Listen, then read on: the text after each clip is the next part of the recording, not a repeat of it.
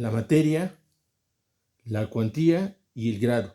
Y desde este punto de vista, pues nos parecería que determinar la competencia en relación a estos 4 elementos, pues es muy fácil. Sin embargo, debemos entender nosotros que, por ejemplo, en materia de Derecho Procesal Civil, que es nuestro curso, además hay otras hipótesis que debemos nosotros atender para determinar la competencia adicionales a estos 4 elementos básicos, que son, por ejemplo, el lugar señalado para el cumplimiento de la obligación, el domicilio del demandado, etcétera, que son los que vamos a ver ahorita. Pero miren, en relación al territorio, nosotros no tenemos problemas porque la Ley Orgánica del Poder Judicial del Estado divide a nuestro territorio en 22 distritos judiciales, o sea, los 217 municipios corresponden a 22 distritos judiciales. ¿Qué quiere decir un distrito judicial? Quiere decir una demarcación territorial en la cual ejercen su jurisdicción los jueces del Estado. Estos 22 distritos judiciales están en nuestra ley orgánica y cada uno tiene una cabecera, que normalmente es el municipio más importante. Quiere decir que se dividen estos 217 entre 22 distritos.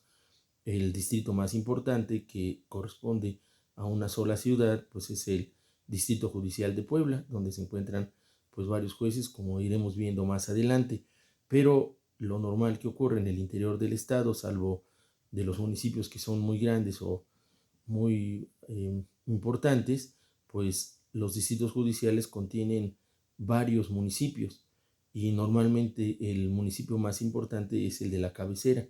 Entonces, cuando nosotros queramos determinar la competencia de algún asunto que estemos llevando, saber cuál es el juez competente, lo que tenemos que hacer nosotros es acudir a nuestra ley orgánica, ver ese municipio a qué jurisdicción corresponde y ya vamos a ver cuál es la cabecera judicial y ahí se encuentra el juez ante el que debemos nosotros promover. Entonces, eso es la competencia por razón del territorio. Por razón de la materia, pues menos problema reviste, porque normalmente hay tantos cuantos jueces correspondan a las distintas ramas del derecho. O sea, vamos a encontrar jueces civiles, jueces familiares, jueces penales, etcétera. Pero nosotros debemos pues ser cuidadosos porque por razones de presupuesto y también de la ley, hay jueces que conocen simultáneamente de asuntos civiles, mercantiles y familiares, y hay jueces que son solo especializados en asuntos civiles. Antes nosotros les llamábamos a los jueces de primera instancia mixtos porque conocían asuntos civiles, penales, familiares. Es muy difícil que nos equivoquemos por la cuantía, digo, por la materia. No vamos a ir a promover un asunto laboral con un juez civil o nos vamos a equivocar y busquemos a un juez civil cuando se trata de un asunto penal. O sea, los jueces están de acuerdo a las ramas del derecho. Y les digo, lo importante solo es que por razones presupuestales ya previstas en la propia ley orgánica del Poder Judicial del Estado, algunos jueces conocen de asuntos civiles, familiares y también mercantiles, pero en ya la mayoría de los casos pues ya se van separando. En las ciudades ya tenemos jueces civiles y jueces familiares y pues solo en los distritos donde tienen menos número de asuntos, pues los mismos jueces civiles conocen de asuntos familiares, pero determinar la competencia por razón de la materia tampoco va a ser problema alguno para nosotros. Mucho menos lo va a ser por el grado, porque por el grado nosotros sabemos que un asunto se inicia con la demanda y concluye con la sentencia. El periodo comprendido de la demanda hasta la sentencia se denomina instancia. Y cuando nosotros con la sentencia dictada nos inconformamos, pues nos vamos a la apelación y damos inicio a la segunda instancia. Entonces, no podemos promover inicialmente la segunda instancia por lógica si no está promovida la primera. Entonces, tampoco vamos a equivocarnos por razón del grado. Vamos a tener que llevar siempre este orden consecutivo. iniciar la primera instancia. Si nos inconformamos, se inicia la segunda instancia, de manera que en este caso pues no puede haber error alguno. Y por razón de la cuantía, pues la ley orgánica del Poder Judicial del Estado nos señala que los jueces de paz conocen de 100 a 1000 días de salario, y los jueces municipales conocen de 100 días de salario a 1000 días de salario, y los jueces de primera instancia en adelante de los 1000 días de salario. Y fíjense bien, nosotros acá tampoco pudiéramos confundirnos, porque los jueces de paz los hay en juntas auxiliares, y si tenemos un asunto que sea menor a 100 días de salario, pues acudimos ante el juez de paz. Si tenemos un asunto que rebase los 100 días, pero no los 1000 días, y en el municipio hay un juez municipal, pues acudiremos ante él. No en todos los municipios hay jueces municipales, porque los jueces municipales dependen en gran medida de la voluntad de las autoridades municipales, porque son ellos quienes pagan los salarios del juez municipal y de toda su estructura orgánica, y también su funcionamiento, sus insumos. Entonces, cuando hay la intención en un municipio de crear un juzgado municipal, pues tienen que justificar que cuentan con el presupuesto, y ya hacer la propuesta para la designación del juez interna al Tribunal Superior de Justicia. El Tribunal Superior de Justicia designa al juez municipal, y pues ya el municipio cuenta con tal autoridad. ¿Cuál es la ventaja? Pues que en la competencia de acuerdo a la cuantía por estos asuntos, pues los pobladores de ese municipio ya no tienen que trasladarse a la cabecera municipal de ese distrito judicial, sino que ya pueden promover sus asuntos en una forma más cercana, porque el juez municipal se encontrará allá en ese municipio. Entonces, cuando nosotros queramos, por razón de la cuantía, checamos si en el municipio que se trata hay jueces municipales, y ya acudimos nosotros ante ellos. Y si no lo hay, pues tendremos que hacerlo en la cabecera municipal ante el juez de primera instancia. Acá, por ejemplo, en la ciudad de Puebla, nosotros no tenemos jueces de paz ni tenemos jueces municipales.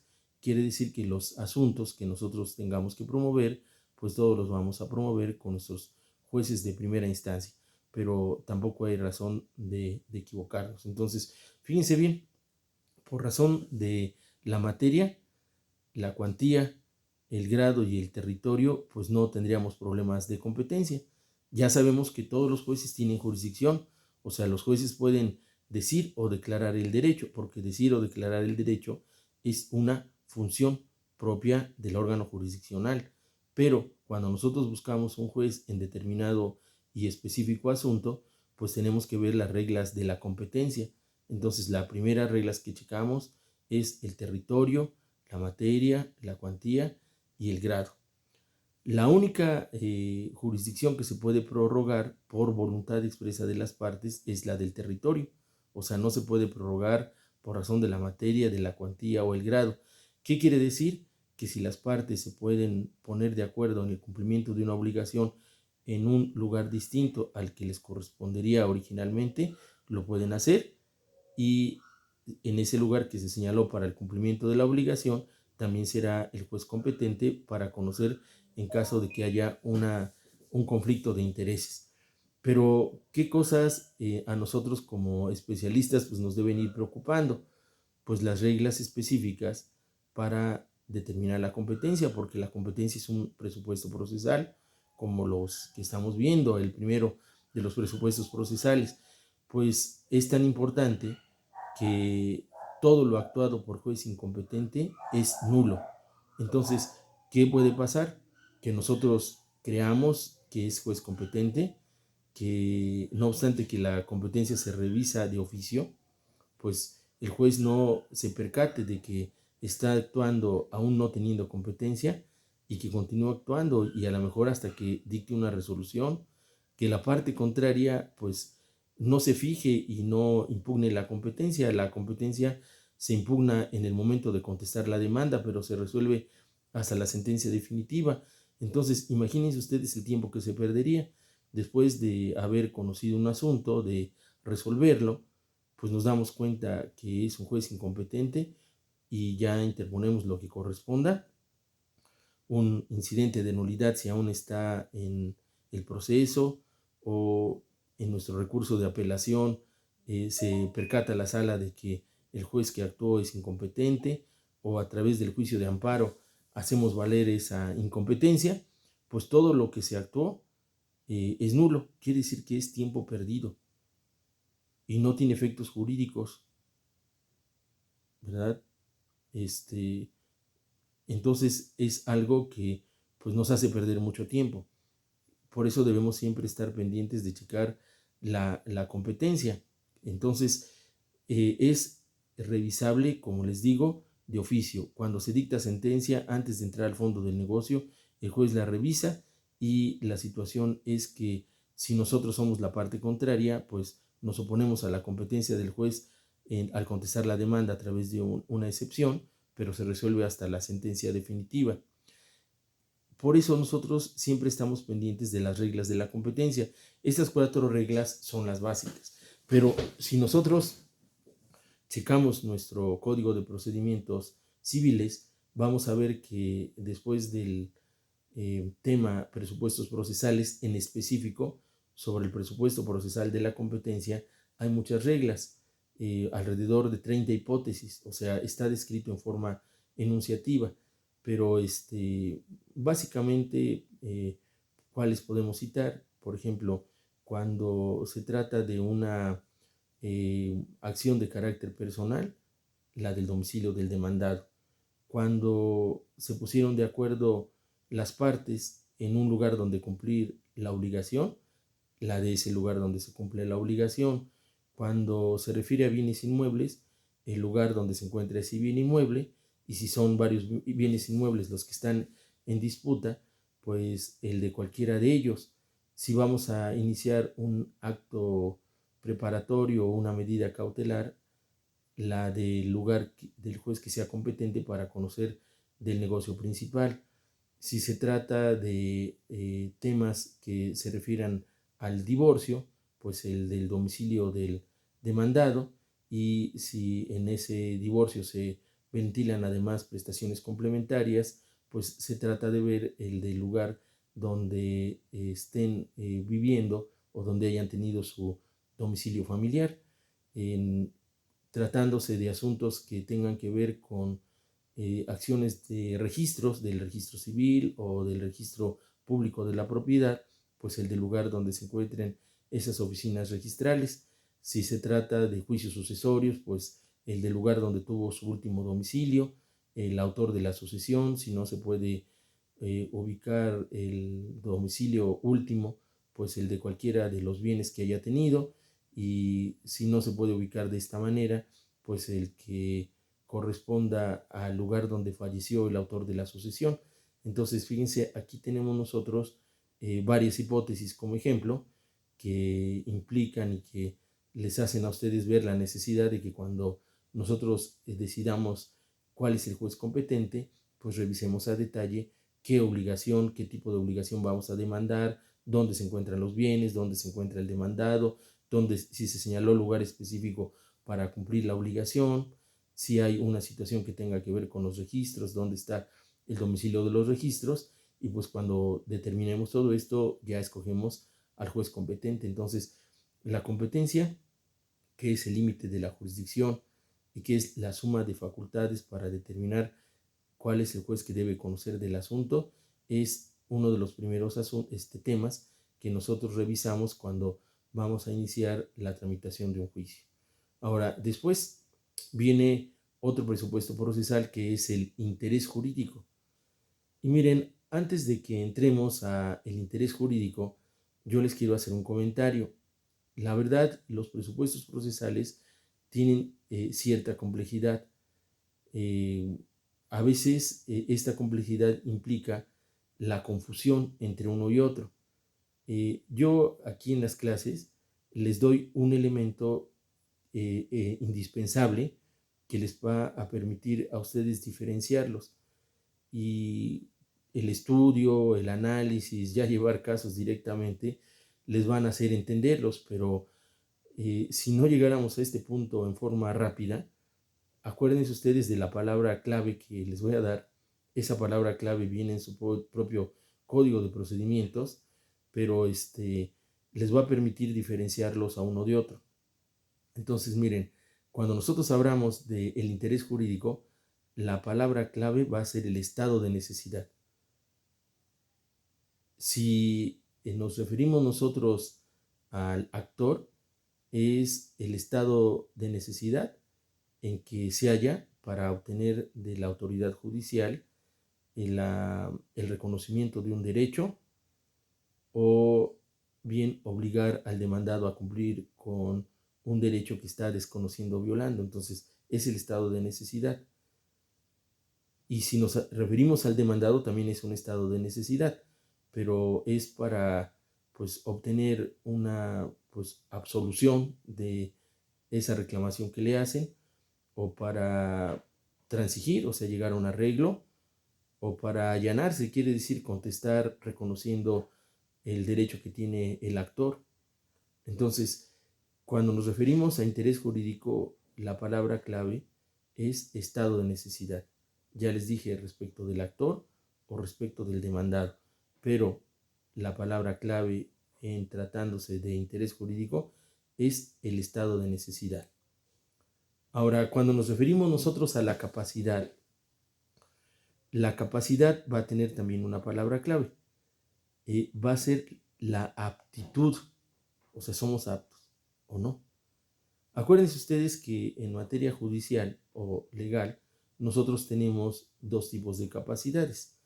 Una capacidad que es de goce, que la tienen la tenemos los seres humanos desde el momento que somos concebidos, o la capacidad de ejercicio para hacer valer directamente nuestros derechos.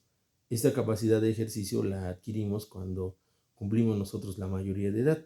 Entonces, cuando hablamos de capacidad procesal, nos estamos refiriendo a que si tenemos necesidad de promover directamente, debemos tener más de 18 años y no encontrarnos en ninguna de las hipótesis que la ley establece de incapacidad, o si tenemos una incapacidad por cuestión de la edad, ser menores de 18 años, o a lo mejor ser sordomudos, que no sepamos leer ni escribir, o estar privados de nuestras facultades mentales siendo mayores de 18 años. Eso no quiere decir que no seamos titulares de derechos, pero quiere decir que no tenemos una capacidad procesal para promover directamente, y lo tendríamos que hacer a través de nuestros representantes. Entonces, cuando nos referimos a la capacidad, nos referimos a la aptitud. Esa es la palabra clave. Cuando hablamos del presupuesto procesal de capacidad, la palabra clave es aptitud. Ahora, fíjense bien, cuando nos referimos a la personalidad es la facultad, esta es la palabra clave, para intervenir directamente en un juicio o a través de nuestros representantes.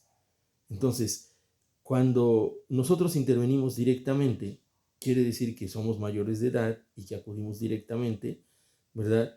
Y si nosotros no tenemos esta facultad para hacerlo directamente, lo tenemos que hacer a través de nuestros representantes, y ellos tendrán la facultad para actuar en nuestro nombre.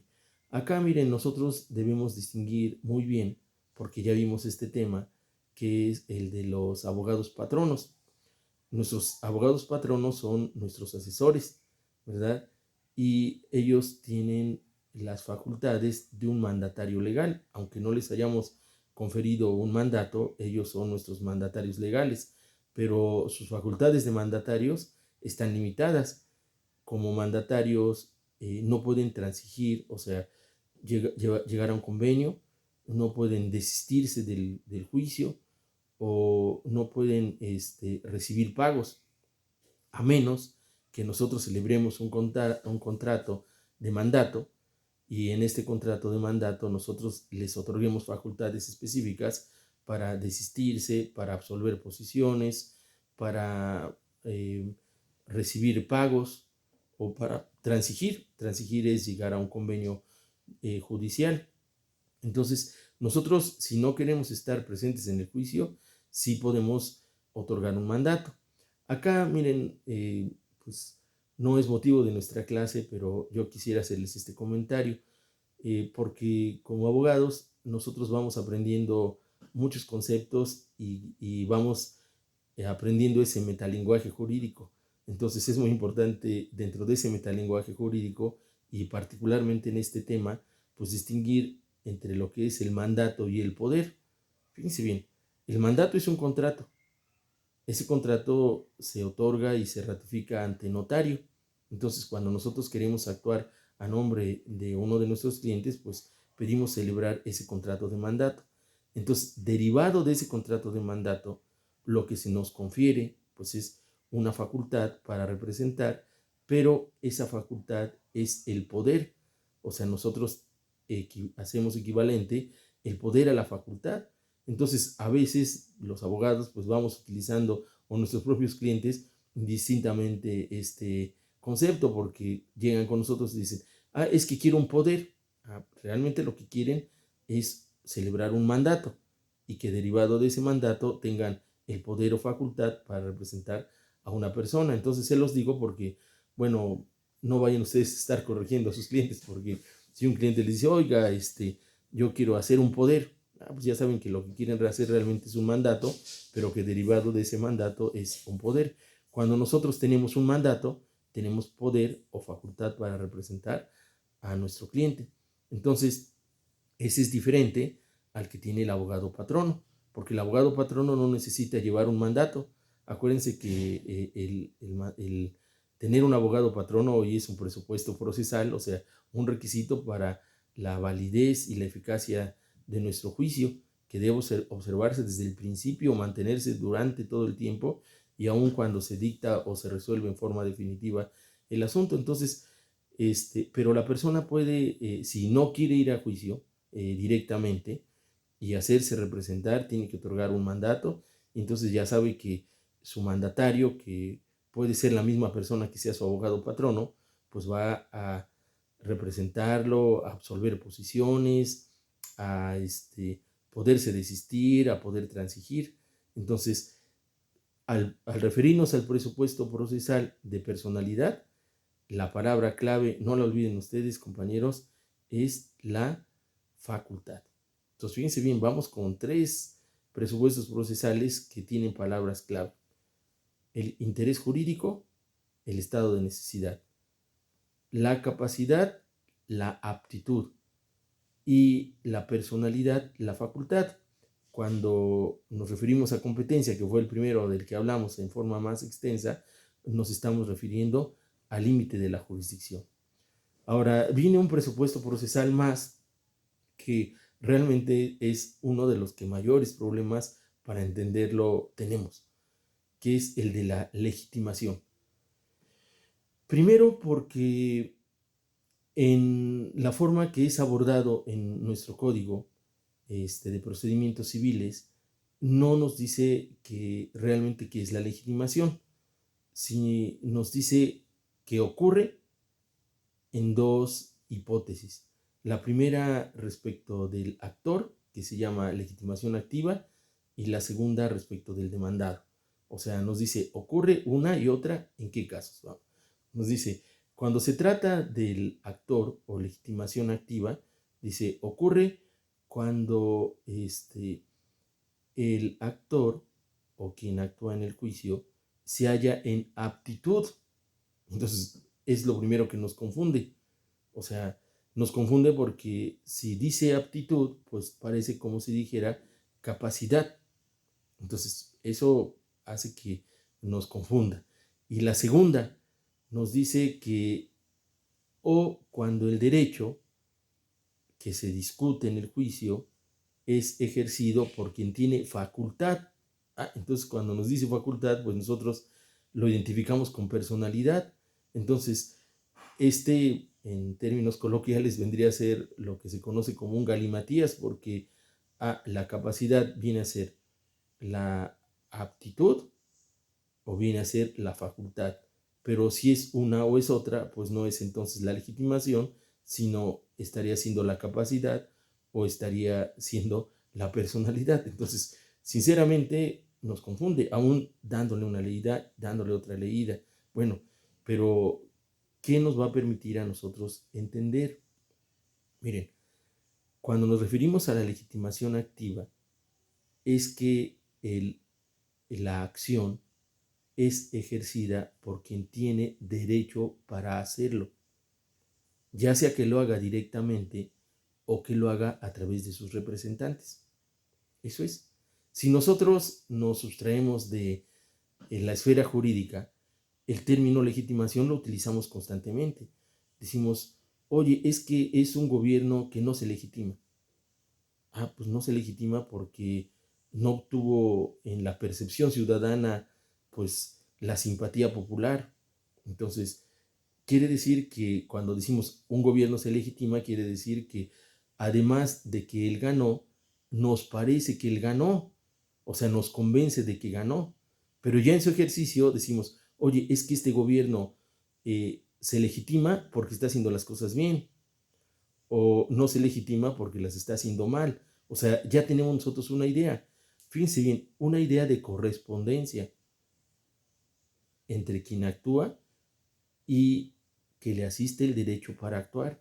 Entonces, así es cuando nosotros promovemos judicialmente. Si nosotros pues tratamos de entender esta definición que hizo el legislador y que nos pone como estudiantes del derecho o como pues personal que lo interpreta en una situación dilemática, pues ¿a qué debemos acudir nosotros? A que la persona que promueve tiene el derecho para hacerlo. Y cuando decimos que tiene el derecho para hacerlo, pues nos referimos a que, fíjense bien, que es el titular de ese derecho, que tiene la aptitud para promover, o sea, tiene la capacidad, además que tiene la facultad, tiene la personalidad. Entonces, queremos decir que coinciden en una misma persona quien promueve y que tiene el derecho para promover. Entonces, espero que esto sea suficiente. Si nosotros queremos identificar la palabra clave de legitimación, cuando se refiere a la legitimación activa o del actor, vamos a acordarnos que promueve quien tiene el derecho para hacerlo. Con todas estas justificaciones y argumentos que les acabo de dar. Ahora, cuando se refiere al demandado, está más fácil para hacerlo. Cuando se refiere al demandado se llama legitimación pasiva y quiere decir que la acción se promueve o identifica a la persona contra quien se promueve con quien tiene que cumplir la voluntad concreta de la ley. O sea, promovemos en contra del demandado, pero a la hora de que nos pague, de que desocupe, quiere decir que va a ser quien cumpla la misma persona contra quien estamos promoviendo. Entonces, aquí pues la legitimación pasiva es más fácil o está mejor explicada porque realmente no representa problema alguno. O sea, es una identidad entre quien está demandado y quien tiene que cumplir la voluntad concreta de la ley. Bueno, acá nosotros podemos confundirnos porque más adelante, pues aquí en la clase vamos a quedarnos hasta este punto, pero ustedes van a tener que profundizar cuando vayan ya en el ejercicio profesional porque van a hablar sobre la legitimación ad processam, que es durante el proceso, ¿verdad? Y es realmente a la que nos estamos refiriendo, o ad causam, que se refiere al derecho sustantivo o de fondo que estamos ejercitando, pero para efectos de nuestra clase, solo nos vamos a limitar a que hasta donde haya sido posible explicar la legitimación activa y la legitimación pasiva y dejar para pues más adelante, ¿verdad? Y la profundización de este tema ya por cuenta propia sobre la legitimación ad causam y la legitimación ad processam. Entonces, estos presupuestos procesales pues son los más importantes. La situación de tener una demanda con los requisitos formales y sustancialmente válida no va a representar problema para nosotros y la vamos a explicar a detalle porque uno de nuestros temas subsecuentes pues va a ser precisamente la demanda y ahí en la demanda, en este tema, vamos a explicar los requisitos de fondo, de forma, los documentos que se tienen que acompañar. Entonces, ahorita no es necesario que expliquemos la demanda en este tema de presupuestos procesales. Y nuestro código también señala cualquier otro requisito de la misma importancia que los anteriores, pues ya señalamos, entre otros, por ejemplo, la obligación de siempre nombrar y de que nuestras promociones sean también firmadas y responsabilizarse por el abogado patrono. O sea, tener un abogado patrono es también hoy un presupuesto procesal.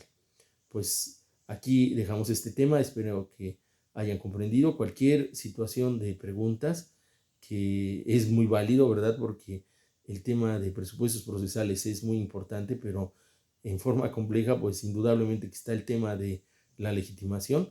Ya saben que por correo me lo pueden mandar y con mucho gusto, pues, tratar de aclarárselos. Entonces, vamos a dejarle aquí para entrar en nuestro siguiente tema, que es el de impedimentos, excusa y recusación. Muchas gracias, compañeros. Hasta luego.